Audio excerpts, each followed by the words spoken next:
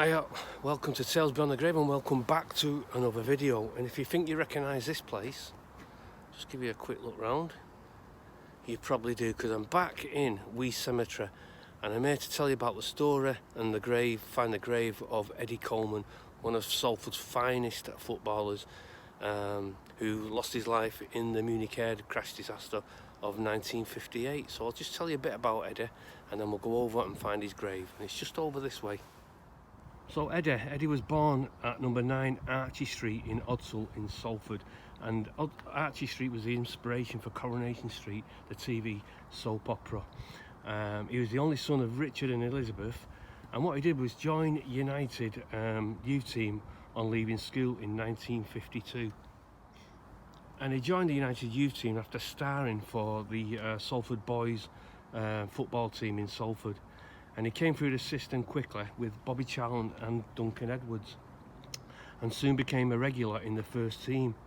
Now Eddie only stood 5'6" in stature, and he's described as 50 years ahead of his time in footballing terms. Coming through the ranks, he jumped relatively quickly, like Duncan Edwards and like Bobby Charlton, through the reserves and straight into the first team. And in the first season he won the first division title, and again the following season as well, and as runners-up medal in the FA Cup and the semi-finals of the European Cup. And he did all this before he'd reached the age of 21. Like I said, he was the youngest member of the Busby Babes to die on that fateful crash in Munich in 1958. He's shown tricks and football skills, like I said, 50 years ahead of his time, like tricks like what Ronaldo and players like that are doing now. Eddie was doing it back in the mid-1950s. And he was given the nickname Snake Hips for his trademark body swerves and lightning speed across a football field. And Bobby Charlton said he'd never seen anyone drag a ball back in football before Eddie did it on the pitch.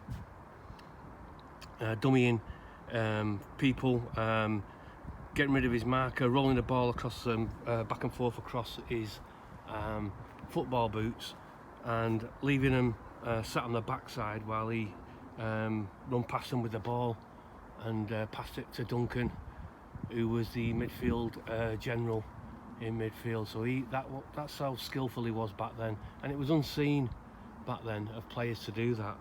And like I said, 50 years ahead of his time. And he would have fitted very comfortably into the modern day game today. And he was also a massive fan of Salford Rugby Club as well, known as Salford Reds today, but Salford Rugby Club, the original Red Devils. He was a massive fan of them, and sometimes during press conferences, things like that, he would ask the reporter, he'd say, "How did Salford go on, mate?" Because that was his second love, was Salford Rugby Club. And he was a great character having aside, Eddie, because he had no fear of flying whatsoever. He enjoyed it, where others didn't like to fly. Eddie thrived on it, he loved it. He said, "What I'd do, me," he said, "I would fly from Manchester to Salford any day of the week. I love flying." That's what he said to his teammates. Now, being a Salford lad, Eddie and the Colman family, there was ever an open door at the Colman house, and Bobby and Duncan, they'd be staying in digs, and they'd often go round to the Colman's house and have dinner there. They'd spend the night, they'd play cards, things like that. And also at Christmas time, it always ended up in a sing-song in the Colman house, because one of his uncles had come round. Don't forget, this is the days before karaoke and things like that, but it would have been a piano, everyone come around the piano in the Colman house, and what they'd all tend to do was sing a song, and each of them, and Eddie, being Eddie, the life and soul of the party, he would also sing. He loved jazz music, Eddie, and he'd sing something jazzy to get the party started, really. Eddie was described as an all-round sportsman. He was also a member of the famous Salford Lads Club, which still goes today. famous club in Odsal in Salford, known for its sporting achievements, boxing, football, anything like that, snooker. The lads club was part of what was to be the downfall of the Manchester Scuttlers, really. They opened these lads clubs to stop the Scuttlers from fighting each other, and they represented the lads clubs, Ardwick Boys Club, and also Adelphi lads club as well. Now Eddie was equally as good with his left foot as he was with his right foot, and Jimmy Murphy, the coach to Matt Busby, said he was the best tackler he'd ever seen in the English game. And Eddie was a supply, really, in on the football field to Big Duncan Edwards, who ran the midfield. And Matt Busby told him when they come up against a great Real Madrid team of the time, and the great Alfredo Di Stefano, and it was Matt Busby who told him to man-mark this guy, because he was the best footballer in the world. He became the youngest member of the United football team to lose his life in the air crash. And I've covered the Munich air crash disaster before as well, so it started at Red Star Belgrade in the semi-finals. They flew over to Munich to refuel, and the FA had forced United to come home. The FA had told United, you've got to play, I think it was Wolves, on the Saturday, and they made sure they flew home that night. They could have stayed over because the weather was absolutely atrocious in Munich. It snowed for most of the day, it was sleet. The plane landed for refueling, and when the players got back onto the plane, they attempted twice to take off, but it was so bad they couldn't get the plane off the runway. And what they did was, on a third attempt, after the pilot had got his head together with the ground crew and said, we're going to have to take this plane off, we're going to have to go. If it doesn't go this time, then we're abandoning the flight. And what they did was try for the third time, when it hit slush on the runway and crashed into at the end of the runway, killing most of that young United side known as the Busby Babes. Absolute tragedy. And you can imagine the pain and the sorrow of the United supporters, and throughout the world, really. It wasn't just this team was so young and so talented that they were going to dominate Europe, possibly the world. And I say the average age was around about 22, 23 maybe, and it was just a tragedy that this crash happened. It's like now, can you imagine it today, in today's bringing it up to date, and it's a United team flying out now, and you lose 8 members of a team of 11, and it's just total disaster when you think of it. And it's just, we don't put it into words really, what people must have been feeling. So on the day of Eddie's funeral, Eddie was a really popular guy, the fans' favourite. He'd done his jinky runs, he had all the skills of a modern day footballer now, and it hit this community of Salford really hard, losing Eddie Colman, one of their own really. And there was, on the day of his funeral, there was thousands and thousands lined the streets of Salford to pay their respects to Eddie, and this is where we are today. This is where the funeral cortege would have come to, which is Wee Cemetery in Salford. So I'm just going to take you over and we'll show you Eddie's final resting place. But you can see just over there where all the new buildings and skyscrapers meet the old graveyard. Just over there is Old Trafford, the ground of Manchester United. So it just shows you how close we are to the ground, and where the community, which were all working class community. It's not like today where it's all corporate and things like that. This was an actual a community club, attended the games by the working class people of Salford and Manchester. Now, on the day of Eddie's funeral, 27 workers from a Manchester box making firm were dismissed from the jobs for leaving the work to attend Eddie's funeral. It was that popular. These workers just down tools. They said, no, we don't care. We're going to Eddie's funeral. We're going to see Eddie on his final journey.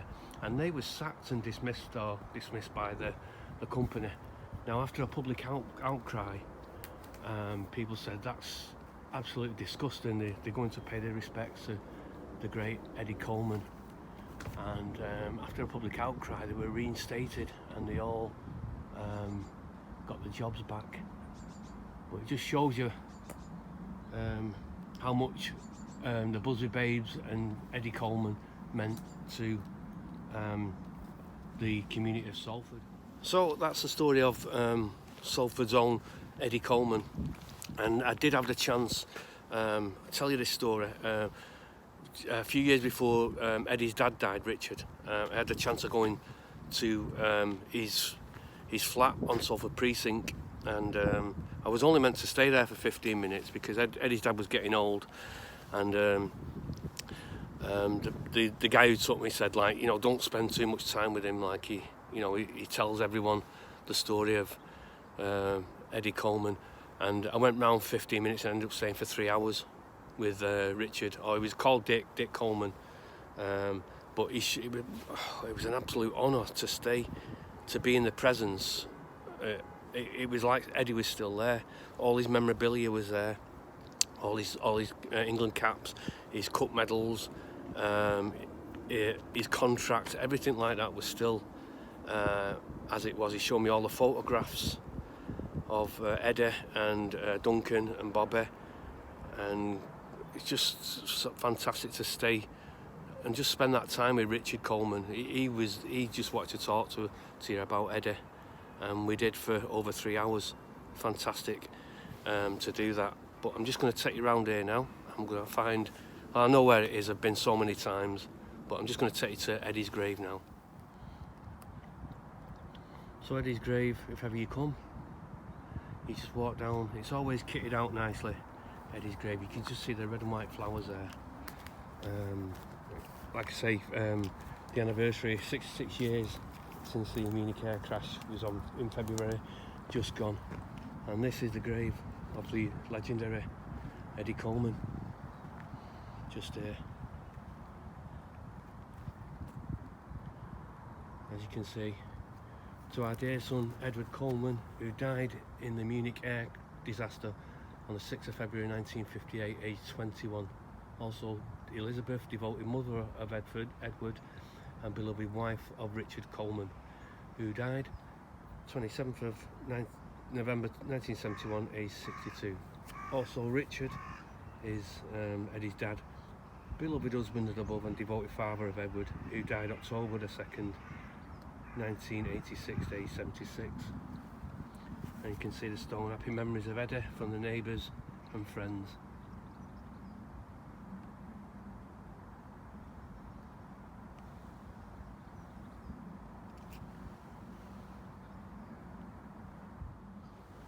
And as I stand here by Eddie's grave, I was too young to actually see the Busby Babes.